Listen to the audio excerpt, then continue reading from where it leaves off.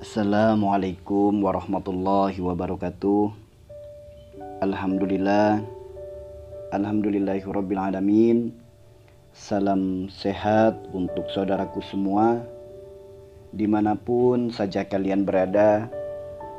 Semoga yang saat ini sedang sakit, Allah kuatkan kesabarannya, Allah angkat penyakitnya, Allah berikan kesembuhan, sembuh yang diiringi dengan keimanan dan ketakwaan. Amin ya Allah, amin ya rabbal alamin. Bismillah, insya Allah kembali saya akan berbagi tips sehat, berbagi solusi sembuh, tentu sembuh yang berkah, sembuh yang diiringi dengan keimanan dan ketakwaan. Nah, solusi kali ini adalah solusi yang sebagaimana selalu saya berikan kepada orang-orang yang berikhtiar datang ke tempat kami. Gak sedikit mereka-mereka dalam keadaan sedih, dalam keadaan gundah, dalam keadaan bingung, dengan sebuah kenyataan hidup yang mana sakit tak kunjung sembuh, hidup selalu dirundung masalah, ujian dan musibah yang terus silih datang berganti. Padahal perkara ibadah sudah belajar untuk diperbaiki, perkara ikhtiar juga sudah dimaksimalkan.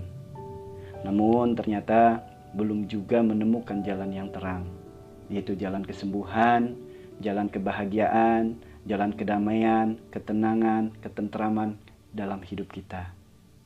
Nah, saudaraku, solusi kali ini adalah salah satu perkara yang terkadang tanpa kita sadari, kita sendiri sering melakukan kesalahan-kesalahan tentang ini. Ya, bahkan Nabi kita, Nabi besar Muhammad Rasulullah SAW, Nabi kita sendiri memberi perhatian khusus akan perkara ini, yaitu perkara tentang lisan. Sebagaimana sabda Rasulullah, tidaklah benar iman seseorang hingga hatinya menjadi benar, dan tidaklah benar hati seseorang hingga benar pula lisannya. Nah, gini, jadi lisan ini adalah tolak ukur keadaan hati kita. Lisan ini juga tolak ukur keadaan iman kita. Nah, lisan juga sebagai gerbang atau pintu dosa-dosanya kita. Nah, karena tanpa kita sadari, perkara lisan inilah yang menyeret kita ke dalam dosa. Sehingga Allah tegur kita dengan perkara sakit, perkara sulit, perkara sempit. Jangan pernah anggap sepele tentang perkara lisan ini, ya. Karena dengan lisan juga bisa menghantarkan seseorang ke dalam puncak kejayaan, bisa juga menghantarkan orang ke dalam puncak kebahagiaan, dan lisan juga bisa menghantarkan seseorang ke dalam jurang kehancuran. Nah, perkara lisan ini sesuatu yang jarang orang pahami gitu. Maka mari saudaraku, saya mengajak semuanya, mari sama-sama kita tafakuri, mari sama-sama kita renungi. Ya, kita lihat diri kita sebelum kita diuji sakit seperti ini. Kita lihat diri kita sebelum kita mendapatkan ujian atau musibah seperti ini. Mungkin kita termasuk orang-orang yang lalai dengan perkara lisan. Kita termasuk orang-orang yang senantiasa berdusta. Mungkin lisan ini juga pernah kita pakai untuk menggibah, memfitnah, mencela, mengejek, atau ucapan-ucapan yang mudorot lainnya. Ya, ada perkara yang saya maksud adalah perkara lisan ini yang dampaknya, ingat, yang dampaknya itu sampai kita di akhirat. Nah, perkara lisan ini ketika nggak digugurkan selama kita hidup, ya, di akhirat itu kita masih menanggung, masih berurusan dengan perkara ini. Ya, ini adalah perkara tentang sumpah. Nah, hati-hati dalam kita berucap sumpah. Sangat disayangkan keadaan masyarakat kita saat ini sangat menganggap sepele perkara ucapan janji dan sumpah. Bahkan janji dan sumpah ini menjadi bahasa sehari-hari. Saya ambil contoh gini, yakin sumpah demi Allah. Mau ngomong apa aja tuh yakin sumpah demi Allah. Nah, asal teman-teman tahu, menurut para ulama, ketika ada seseorang yang mengucapkan kalimat yakin, sumpah demi Allah. Saat itu pula malaikat yang ada di sekelilingnya tutup telinga mendengarkannya. Kenapa? Karena saking ngerinya dengan ucapan itu.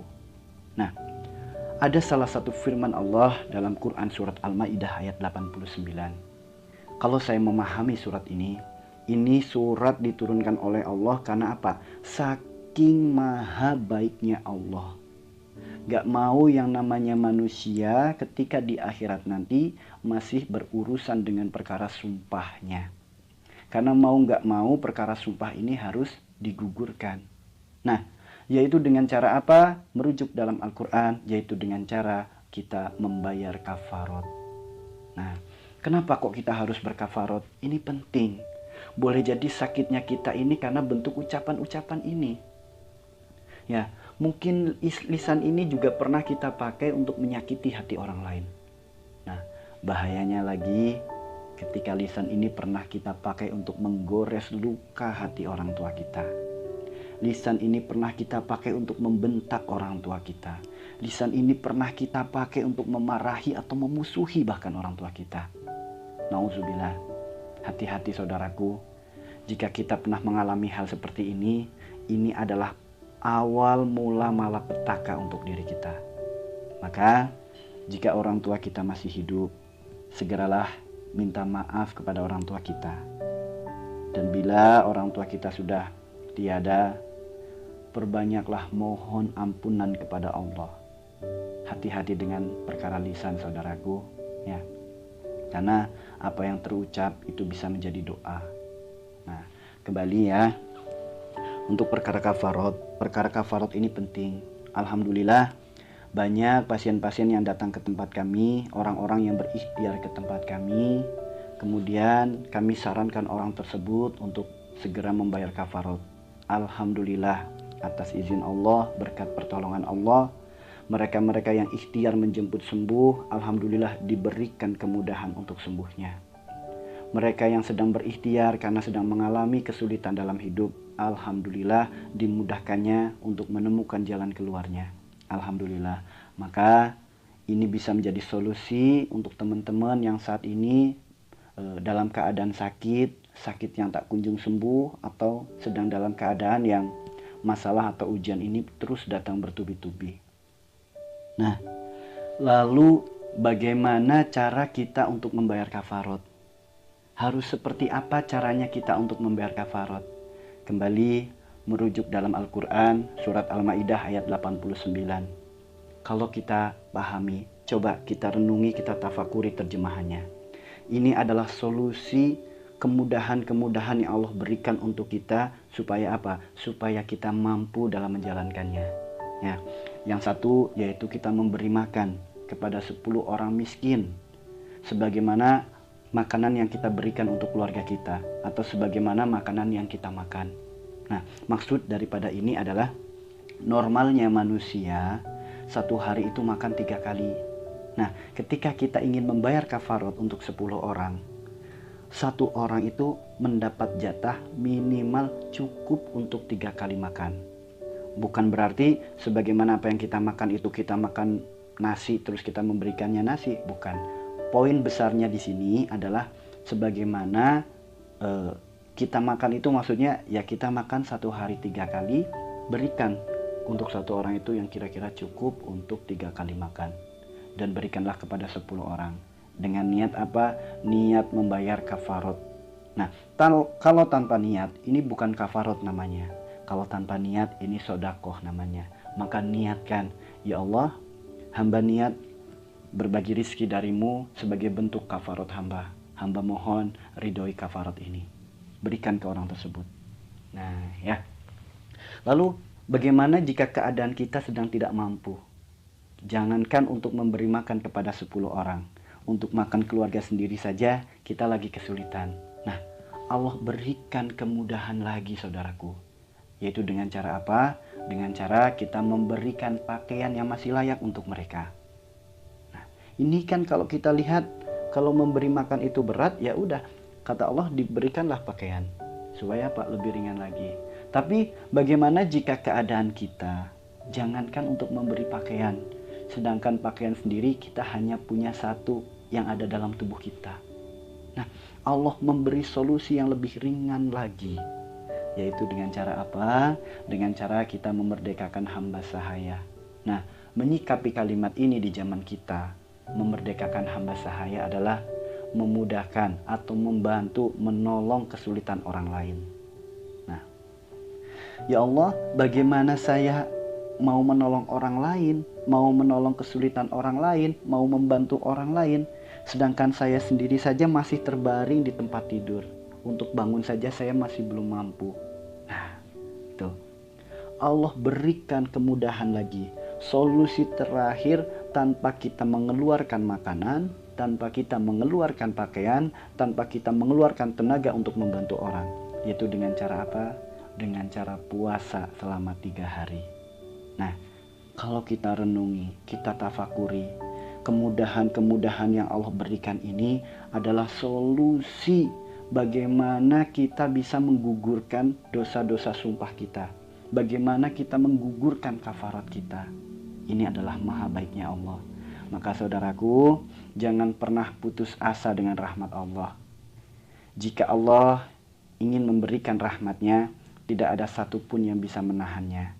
Dan bila Allah ingin memberi rizkinya, tidak ada satupun yang bisa mencegahnya. Diselesaikannya, dimudahkannya kesulitan kita, ini adalah bentuk rahmatnya Allah. Diberikannya sehat untuk kita, ini adalah salah satu bentuk rizkinya Allah. Ketika permasalahan hidup kita tak kunjung selesai, perkara sakit kita tak kunjung sembuh, ini bukan berarti Allah enggan memberikan rahmat dan rizkinya untuk kita. Coba kita renungkan. Boleh jadi karena kitanya sendiri belum pandai dalam mendekat kepadanya. Boleh jadi karena kitanya sendiri belum pandai dalam memperbaiki hubungan kita dengannya. Maka saudaraku, perbaikilah ibadah kita. Hati-hati dengan perkara lisan, karena lisan ini sesuatu yang bisa membahayakan kita, atau justru sesuatu yang bisa membahagiakan kita. Bisa menjadi jalan kebahagiaan, bisa menjadi jalan yang membahayakan. Nah, misal perkara lisan ini sering juga terjadi kepada orang-orang. Ketika ada orang yang bertanya, "Ibu, Bapak, atau Mas, atau Mbak, gimana kondisinya saat ini? Udah sembuh belum?" Nah, ketika ada yang bertanya seperti itu, jawablah, "Alhamdulillah, sudah membaik menuju sembuh." Jangan dijawab dengan keluh kesah. Saya mah gini, sakit-sakitan terus, gak sembuh-sembuh gitu. Jangan. Karena apa? Hati-hati, di sekeliling kita itu ada malaikat-malaikat yang senantiasa menyertai kita. Apa yang kita ucapkan, coba andaikan apa yang kita ucapkan diaminkan oleh malaikat. Ya, jadi teman-teman yang saat ini sedang sakit, kalau ada yang bertanya tentang kabar kita, jawablah sehat. Jangan dijawab sakit. Nah, hati-hati juga dengan perkara lisan. Ya. Terus perbanyaklah doa-doa, perbanyaklah mendoakan orang lain, doakan mereka dengan kebaikan-kebaikan. Jangan pernah mendoakan keburukan untuk orang lain. Hati-hati. Karena apa? Karena doa ini sesuatu yang pergi dan pasti akan datang kembali. Nah, ketika kita dalam keadaan terzolimi, kemudian kita merasa sakit hati, tanpa sadar kita mendoakan keburukan orang tersebut. Hati-hati, keburukan itu akan kembali untuk kita. Kita harus ambil sebuah keuntungan. Keuntungan karena apa? Karena doa orang terzolimi adalah salah satu doa yang diijabah oleh Allah. Maka ketika dalam keadaan seperti ini, doakanlah kebaikan untuk orang-orang yang menyakiti kita. Karena apa? Karena kebaikan itu nantinya pula akan datang untuk kita. Belajar untuk melembutkan hati, melapangkan dada, doakan kebaikan untuk setiap orang. Maka mari sama-sama kita doakan untuk saudara-saudara kita yang saat ini mendengarkan video saya ini. Mudah-mudahan mereka-mereka yang sakit, Allah angkat penyakitnya, Allah berikan kesembuhan, sembuh yang diiringi dengan keimanan dan ketakwaan. Dan yang saat ini sedang Allah uji, dengan kesulitan, semoga doa ini menjadi asbab kemudahan. Yang Allah uji dengan kesempitan, semoga menjadi asbab kelapangan. Yang Allah uji dengan kesedihan, semoga menjadi asbab kebahagiaan. Salam sehat saudaraku, semoga video ini bermanfaat. Tebarkanlah kebaikan meskipun itu hanya sebuah senyuman. Wassalamualaikum warahmatullahi wabarakatuh.